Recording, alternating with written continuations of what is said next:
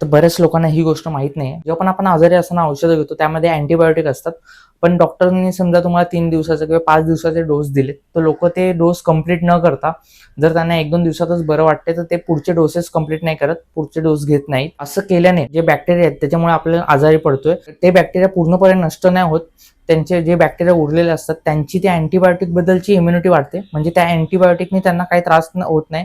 त्या अँटिबायोटिकशी लढण्याची त्यांच्याकडे ताकद निर्माण होते.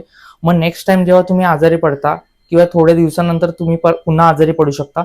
मग तेव्हा ज्या डोसेसचे, ज्या पॉवरचे तुम्ही अँटिबायोटिक घेतलेले ते त्यांच्यावर काम नाही करत, तर तुम्हाला आणखीन स्ट्रॉंग अँटिबायोटिक घ्यावे लागतात आणि ते तुमच्या बॉडीसाठी चांगलं नाहीये. तर असं नका करू.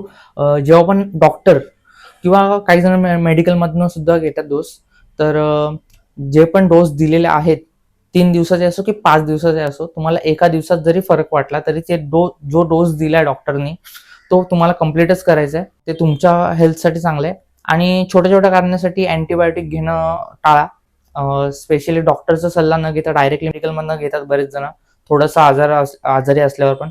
मग याच्यामुळे जेव्हा नेक्स्ट टाइम तुम्हाला खरंच अँटिबायोटिकची गरज असेल, जेव्हा डॉक्टर तुम्हाला सांगेल की अँटिबायोटिक घ्यावे लागणार आहेत तुम्हाला, तर त्यांना जे कमी पॉवरच्या अँटिबायोटिकमध्ये तुम्हाला जो इफेक्ट येणार होता, त्यासाठी तुम्हाला आता जास्त स्ट्रॉंग पॉवरचे अँटिबायोटिक द्यावे लागतात आणि जास्त स्ट्रॉंग अँटिबायोटिक घेऊन परत बॉडी तुमची त्याच्याबद्दल रजिस्ट करायला लागते. आणि अँटिबायोटिक अजून एक गोष्ट करतो, आपल्या गटमधले म्हणजे आपल्या पोटातले जे चांगले बॅक्टेरिया असतात त्यांना सुद्धा मारतो. त्याच्यामुळे आपण आजारी पडतो. त्या बॅक्टेरियांसोबत त्यातले जे चांगले बॅक्टेरिया असतात, जे आपल्या पचनाचं कार्य वगैरे करतात जास्त करून, ज्यांना माहित होतं की ही गोष्ट बरोबर आहे त्यांनी लाईक करा. एक खाली कमेंटमध्ये टाका की माहिती दिलेली बरोबर आहे, म्हणजे जेणेकरून बाकीच्यांना समजेल की जी माहिती मी सांगितली आहे ती योग्य आहे.